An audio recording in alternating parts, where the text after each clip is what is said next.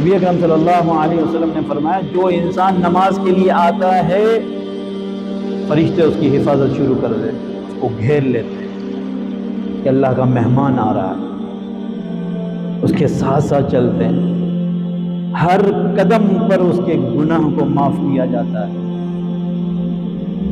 ہر قدم پر، قدم رکھتے پاؤں قدم پر ایک گناہ معاف، ہر قدم پر نیکی، ہر قدم پر ایک درجہ بلند کر دیا جاتا ہے۔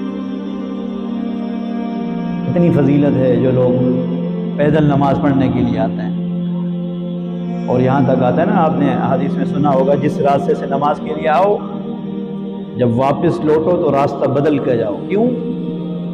جس جگہ سے وہ نمازی نماز کے لیے گزر رہا ہوتا ہے، جہاں عبادت کرتا ہے، ہر وہ جگہ اللہ کی بارگاہ میں اس کی عبادت کی گواہی دے گی کہ یا اللہ یہ تو دنیا میں تیرا عبادت گزار بندہ تھا، تیری عبادت کیا کرتا تھا، میں نے خود دیکھا اسے۔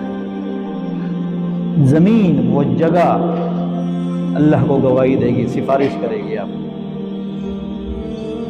تو میرے بھائی اس ملاقات کو، اس نماز جیسی اعلیٰ عبادت کو جس کی اللہ ہمیں توفیق دے رہے ہیں، بہت بڑا جملہ ہے، جس کی اللہ ہمیں توفیق دے رہے ہیں۔ آپ یہ سمجھ رہے ہیں بہت سے لوگ بار نماز نہیں پڑھتے، مولوی صاحب نماز کو چھوڑ دیتے ہیں۔ بڑا خوبصورت جملہ کسی نے کہا ہے، نماز کو نہیں چھوڑتے، نماز انہیں چھوڑ دیتی ہے۔ اللہ اکبر، اللہ کی رحمت انہیں چھوڑ دیتی ہے، اللہ کی محبت اسے چھوڑ دیتی ہے۔ نماز تو کوئی نہیں چھوڑتا، کسی کی مجال نہیں ہے کوئی نماز کو چھوڑے، ہمت کرے تو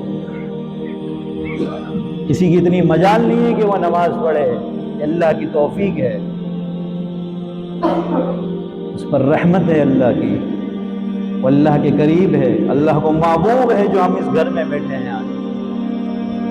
اللہ معاف کرے، مجھے جو ناپسندیدہ شخص ہوتا ہے کیا وہ میرے گھر میں آ سکتا ہے؟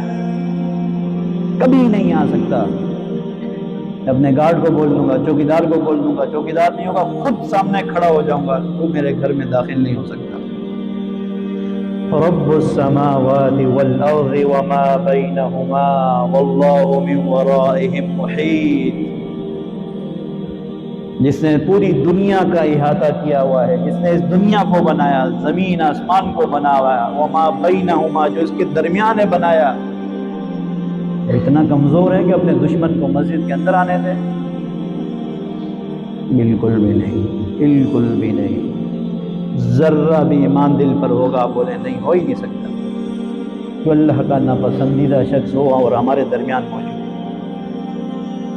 آج یہ خوشخبری ہے کہ اللہ جل شانہ آج جتنے احباب یہاں بیٹھے ہیں اللہ سب سے راضی ہے، الحمدللہ۔ اللہ ہمیں اپنی عبادت کی توفیق دے رہا ہے، ہمارے جھکنے کو، رکوع کو، سجود کو، قرآن کی تلاوت کو، ہمارے زبان سے نکلے ہوئے لفظ کو اللہ اکبر سب سے بڑا ہے، یہ پسند کر رہا ہے اللہ۔ اللہ ہمیں توفیق دے رہا ہے۔ جس دن ناپسند کرنے لگے گا مسجد سے باہر ہو جائے گا، جس دن اللہ کا ناپسندیدہ فرد بن جائیں گے مسجد سے باہر ہو جائیں گے، مصروف ہو جائیں گے دنیا میں، وقت نہیں ملے گا عبادت کے لیے۔